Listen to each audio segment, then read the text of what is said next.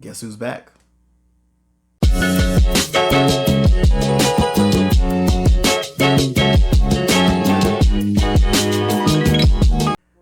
Hey everybody, Marcus here.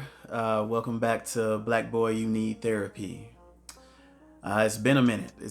I have not been consistent at all with this whole YouTube thing, but hopefully that's gonna change, and I'll start to post a little bit more regularly. So, quick update. My mom is out of the hospital. She's doing better. I still hate that she's out there all the way up north in the nursing home, but I saw her the other day. I saw her the day before yesterday, and she was happy to see me. She was in high spirits. Still having some issues. They're gonna have to operate on her thyroid. Right now she's having trouble swallowing, so she's on a feeding tube. The last few months she's been in and out of the hospital with different issues. Really everything that could go wrong has gone wrong. She's had infections and blood clots and dehydration, but she's better now, and they're finally gonna schedule her surgery for her thyroid. And everybody just keep your fingers crossed. Keep her in your prayers. However you want to send good energy, however you want to do it, just send it her way and it will be much appreciated. On the bright side of things, I had probably my biggest sale to date. I had an article published this past July in Black Belt Magazine. For those of you who don't know, Black Belt Magazine is probably it is the most well-known martial arts magazine in the world. And they published my article in the magazine. So I was very, very excited for that. I had my picture in the magazine. Got to shout out my dojo, shout out Pagoda Roo, Beverly Pagoda Roo,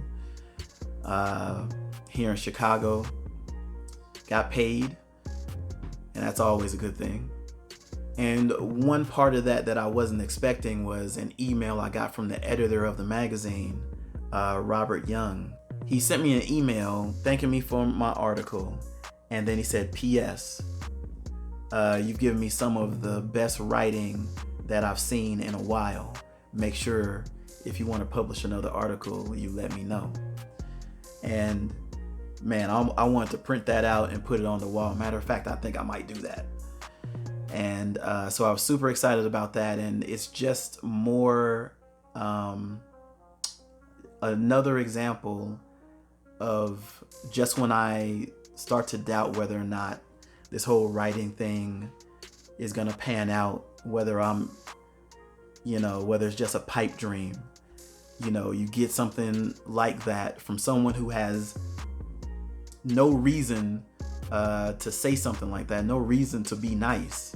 This isn't a friend or a family member. This is the editor of a major martial arts magazine saying that I'm a good writer. And yeah, I've taken that, and it's fuel on the fire. So I'm gonna keep it short and sweet today. Just had a couple things I wanted to talk about with you guys. I'm off script. Everything's right off the top of the dome. So we're gonna see if we can wing it. The topic of today's video, something that is talked about a little bit, but I haven't seen it talked about a whole lot, is whether or not you should choose a black therapist and why I didn't. But before we get into it, don't forget, if you haven't subscribed already, subscribe, hit the like button. If you're already subscribed, make sure you hit that little notification bell. And if you really, really want to support what I'm doing here on the channel, check out my Patreon. The link is in the description. So choosing the right therapist is a really big deal when you're starting therapy, and it's really hard to get into. I'm still new at it. Again, I haven't been in therapy very long now. I've had a couple therapists so far. When they switched me most recently to another intern, another white intern, I started thinking whether or not I should switch up to a black therapist. And I thought that would be a good topic for a video today. First off, when you're thinking about starting therapy and whether or not you need a black therapist, you have to ask yourself a few questions. As we all know, in the black community, there are a lot of cultural and systemic issues that are pretty unique to our community. And these cultural and systemic issues can lead to a lot of problems if you go with a non-black therapist who might not understand those nuances. It can even end up with you being misdiagnosed with problems that you don't have, or a problem that you do have going undiagnosed. I saw a good video on this topic by Dr. Connie Omari, Why Black Therapists Matter. I'm going to go ahead and link that in the description. Basically, she went into a lot of issues about choosing non-black therapists, getting misdiagnosed, getting undiagnosed, having issues explaining certain cultural issues that black people and mixed race black people who grew up in non-black environments, black people who didn't fit into the quote-unquote stereotypical black environments, all these issues that can cause trouble with your mental health. And of course, as we've talked about many times on this channel, one of the main issues being black people in general being so resistant to seeking help with their mental health. One of the first questions that you have to ask yourself when you're choosing a therapist, or whether or not you need a black therapist, is why did you start therapy in the first place? Did you start therapy because of issues that you feel like are systemic, are due to cultural issues? Or did you start therapy for something more general that almost anyone can relate to? For me, as I've spoken of many times on this channel, I started therapy because of deep feelings of guilt. Guilt has been the number one issue that I've been struggling with really for the last several years. And because of that, I didn't really feel like it mattered what race my therapist was, even though that might be changing. We'll get into that later on in the video. Another question, do you have more than one issue? What are the major issues that you're trying to deal with while you're in therapy?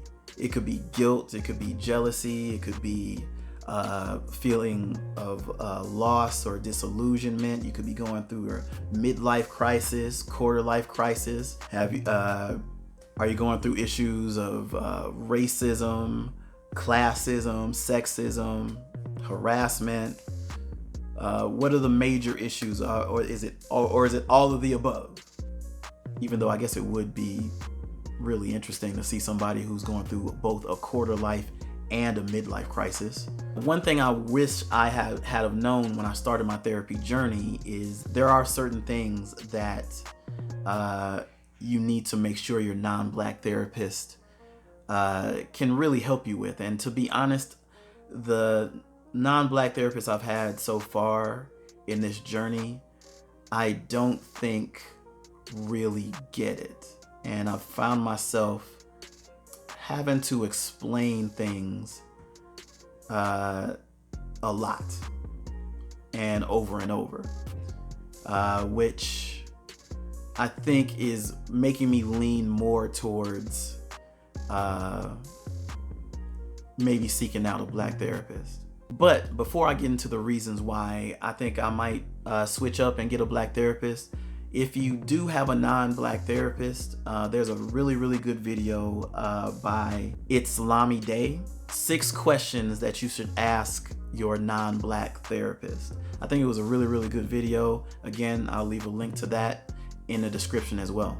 So despite everything I said earlier about my issues, guilt, getting over a breakup, feeling like a failure, these are things that I don't really think are unique to me being black or growing up, in the black experience. But some of my issues I realize with my personality do come from how I was raised, the environment in which I was brought up, One issue that I know a lot of Black people, and especially Black men, can relate to is the entire reason I was resistant to starting therapy in the first place. You feel weak. I'm from the hood. We should be able to withstand anything. You grow up poor. You grow up, without certain utilities. Every month one of the utilities is out. You go, eating, fried bologna sandwiches and avoiding certain neighborhoods, avoiding wearing certain colors in certain neighborhoods. Now my situation growing up is definitely not the worst at all, but I definitely relate to anybody growing up in the hood and the dangers and the stresses that you have to go through. And whether you came up a nerdy kid like me, whether you were in a gang, whether you were somewhere in between, those things have shaped who you are, and they've shaped who I am.